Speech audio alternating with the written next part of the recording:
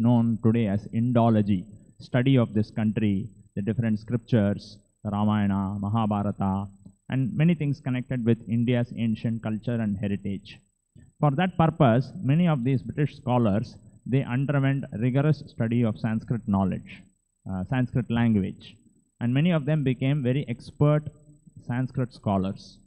And after becoming Sanskrit scholars, many of them went ahead to translate scriptures like Mahabharata, Ramayana, portions of the Vedas, and most importantly, and probably the most controversial of all of them, which frequently comes in the news, is Manu Samhita. So today, in the academic world, in the English-speaking world, academic world, most people who take up the study of Ramayana, Mahabharata, Manusmriti, and Upanishads and all these things, academically, the translations of these books are all made by British Sanskrit scholars who had no other qualification other than being expert in this language alone. That is the standard textbook available today. If somebody goes to the internet and searches Manusmriti, some famous book publishers are there. And if you see the translated, the author who has translated, mostly they would all be some Westerners who have Shri Krishna, Rukmini, Satyabhama ki, Shri Krishna Balaram ki, Shri Gaur Nitai. Most of them would be Westerners or Anglicized Indians. Indians who are expert in both English and Sanskrit, but who have never undergone any strict disciplinary vow or any austerity connected with the Vedic culture. So such people, their translations today goes around as authentic textbooks. If somebody goes on to study history, Indian history, Indology, and different things connected to Indian culture, all these books, ancient texts of India, which were all composed by the great Vyasadeva and other disciples of Vyasadeva, all of them, if you see, their translations are all done by Sanskrit scholars, mostly Western, some of them Indian, but the common thread running through all of them is that none of them have any qualification, any spiritual qualification, other than being expert in Sanskrit language. That is why Srila Prabhupada is pointing out, no one can understand the import of the Vedas without having undergone strict disciplinary vow and disciplic succession. The great Vyasadeva, who is none other than the incarnation of Lord Narayana himself, he himself, under strict disciplinary vows, unpretentiously worshipped the Vedas, the spiritual masters. He also abided by the rulings of the disciplic succession, and most importantly, Vyasadeva, he conveyed the import of disciplic succession. So this idea of disciplic succession, that even the great personality like Vyasadeva, he is also not giving any opinion on the Vedic scriptures as per his own whims and fancies, but is actually conveying the import of disciplic succession. So this is the most important qualification for anybody to explain Vedic literature. Vedic literature means the four Vedas, the Upanishads, the Ramayana, Mahabharata, Manusmriti, and different other literatures connected with the Vedic, the Vedas. The most important qualification is he should simply give the import of the disciplic succession. One cannot bring about concocted interpretations of the Vedic literature by one's own whims and fancies. This will not be appropriate. And to set an example, even the great Vyasa himself, Vyasa has practically compiled the entire Vedic literature.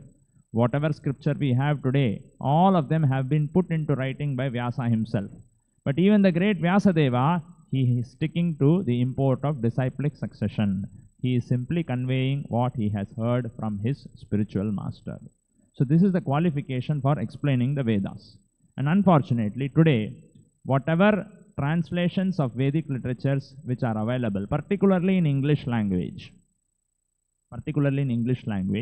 are all done by Westerners or Anglicized Indians who have no idea of disciplic succession.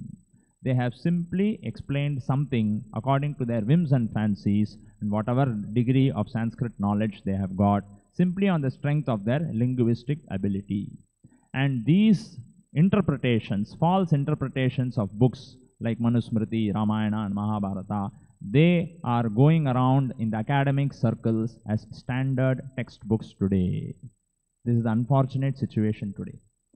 And English educated Indians especially, they study these false interpretations of such people who have never undergone any strict disciplinary vow, and they form their ideas and opinions about Vedic culture, about Rama, about Krishna, about Narasimha, about the Varnashrama Dharma, about Sannyasa, everything connected to the Vedas. They form their opinions, especially English educated Indians, by reading all these whimsically concocted ideas of Sanskrit scholars who have no spiritual qualification. This is the sorry state of affairs. And Srila Prabhupada, most important contribution which he has done to this world is translating Bhagavad-gita and Srimad-Bhagavatam in English language by giving us the original meaning which is coming down in disciplic succession. In the Gita, Krishna says, Evam parampara praptam imam rajarishayo viduhu. In another place, Krishna says, Imam vivasvate yogam proktavan aham avyayam. Millions of years ago, I spoke this knowledge to Vivaswan, sun god. You ask any English educated Indian today, there is a sun god sitting in the sun planet. He cannot even conceive. But Krishna is saying in the Bhagavad-gita, Evam imam vivasvate yogam proktavan aham avyayam. I gave this knowledge to Vivaswan. Vivaswan manave praha manurikshvakave bravit. So that ancient knowledge, which was given originally by Krishna to Vivaswan and has come down in disciplic succession, other than Srila Prabhupada's books, particularly in English language, there is no authentic literature available. All other books which have been translated by some Sanskrit scholars are all merely their imagination of the factory of their fertile mind. This is the sorry state of affairs. And most educated Indians read such books and they form their opinions and ideas about Vedic religion or Sanatana Dharma based on these books. Now somebody may ask, why is it that somebody who has knowledge of Sanskrit language alone cannot translate such texts? For that, it is necessary to understand that unless somebody becomes a qualified Brahmana, one cannot explain, one cannot understand the Vedic literature also. So qualified Brahmana, in the Bhagavad-gita, in the 42nd verse, Krishna gives the qualifications of a Brahmana. What all qualifications should be there for a Brahmana? So there, Krishna says, 42nd verse, Shamo damas tapas shaucham shantir arjavam evacha jnanam vijnanam astikyam brahma karma swabhavajam. A Brahmana is supposed to have the following qualifications. Number one, Shamaha. Shamaha means he should be completely peaceful. If somebody is always agitated by Rajoguna and Tamoguna, he is always agitated by lust and greed, then such a person cannot be Shama, he cannot be peaceful. That itself is a complete disqualification in translating Vedic literature. So first qualification is Shama. Then Dama, he should have self-control. If a person's mind and senses are totally uncontrolled, then he has no qualification to translate any Vedic literature. So Shama, Dama, self-control. Tapa, austerity. Austerity particularly refers to austerity for satisfying the Supreme Lord, not austerity for some material gain. So a Brahmana always takes tapasya, austerity, for the satisfaction of the Supreme Lord. This is the third qualification. Shama, Dama, Tapa. Then Shaucham, purity.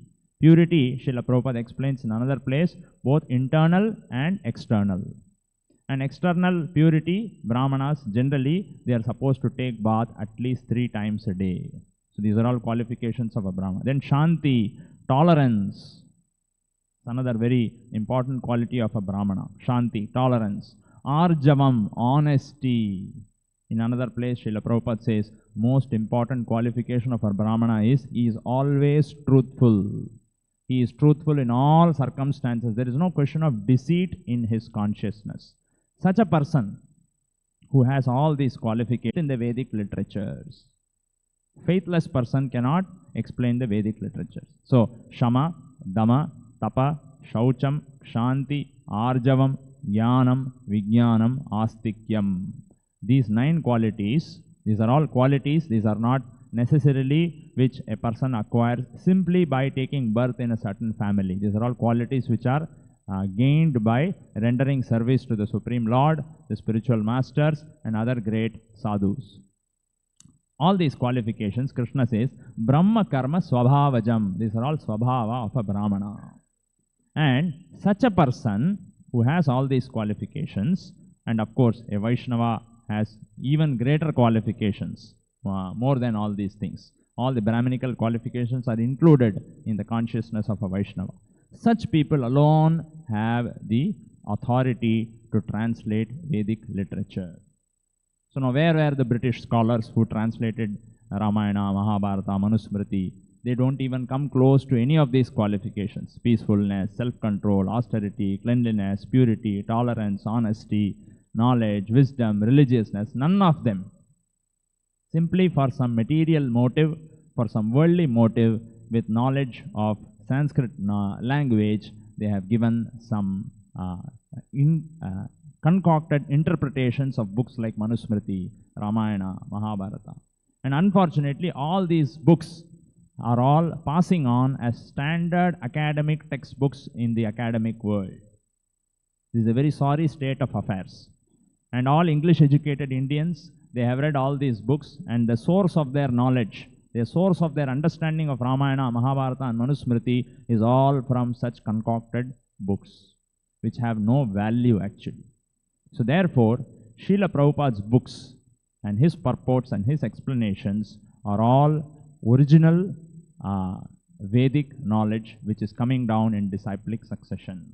Prabhupada has presented this knowledge which was originally spoken by the Supreme Lord to Brahma, and that knowledge is coming down in disciplic succession. So therefore we can see how important it is to read and understand the importance of Srila Prabhupada's books. What a great service to entire human society Srila Prabhupada has done. He has given this original knowledge which originally Krishna spoke to Brahma. So by reading Srila Prabhupada's books, we will get to know what the Vedas are actually speaking, what the Vedas are actually conveying, what Manusmriti is actually telling. Such a controversial book it is. Every other day there is some controversy connected to Manusmriti. But if one wants to know what Manusmriti is actually giving us, what is actually telling, then we must receive it from a spiritual master like Srila Prabhupada. Not some British scholar, Sanskrit scholar, who has no spiritual qualification, and simply on the strength of his Sanskrit language, he has given some mentally concocted interpretation. So Indians, especially today, English-educated Indians, who have some appreciation for Vedic culture, they should not receive the knowledge of Ramayana, Mahabharata, Manusmriti from all these concocted and unauthorized interpretations of Vedic literature. English-educated Indians are like that. They have no idea of their culture. They have some faith in Vedic culture, but because of not receiving this knowledge from a proper source, all English-educated Indians are totally confused about what the Vedas are actually explaining, what the Ramayana is actually giving us, what Mahabharata is actually explaining. This is the result of 200 years of British colonization. And most books, all the books which are available, translations of Manusmriti or Ramayana or Mahabharata in English language, are all done by such Western scholars who had no spiritual qualification. But Srila Prabhupada is explaining here that unless one has undergone a strict disciplinary vow and receives his knowledge from a disciplic succession, no one can understand the import of the Vedic literature. So therefore, Srila Prabhupada's books are very, very important for us to understand the original import of the Vedas. Prabhupada's Guru, Bhaktisiddhanta Saraswati Thakur, particularly gave this task to Srila Prabhupada. Please explain the Vedic literatures to the English-speaking world. And Prabhupada took that task as his life and soul. And all these purports, all these explanations in Bhagavad-gita, Srimad-Bhagavatam, Chaitanya Charitamrita, all these things, none of them are coming out of the imagination of Srila Prabhupada. All of them are presentation of the original Vedic knowledge, which was originally given by Sri Krishna to Brahma millions of years ago in the beginning of this creation. Therefore, if we read Srila Prabhupada's books very carefully, we can understand the import of the Vedic literature.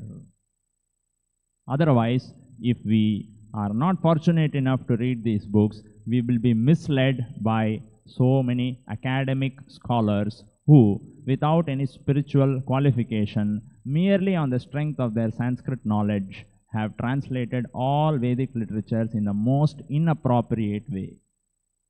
Most inappropriate way. There is no spiritual benefit by reading such books. It is a bitter truth, actually. It is a bitter truth. So therefore, all those who are aware of Srila Prabhupada and this ISKCON institutions must definitely read Srila Prabhupada's books, particularly Bhagavad-gita as it is. If this one book at least people can read, they will understand what the original message of the Vedas is, and so many things connected with Vedic literature. So that is the great contribution of Srila Prabhupada. And if we take advantage of these books, then we will also be able to understand the import of the Vedas, import of the Vedic literature. Otherwise, it is a very confusing subject matter, Vedic literature. It has been made very easy, and perfect clarity has been given into this by Srila Prabhupada's purports and his writings on Vedic literature. So with these few words, we will stop today's discourse. Grantara Srimad-Bhagavatam ki, Jagat Guru Srila Prabhupada ki, Nitai Gaur Premanande.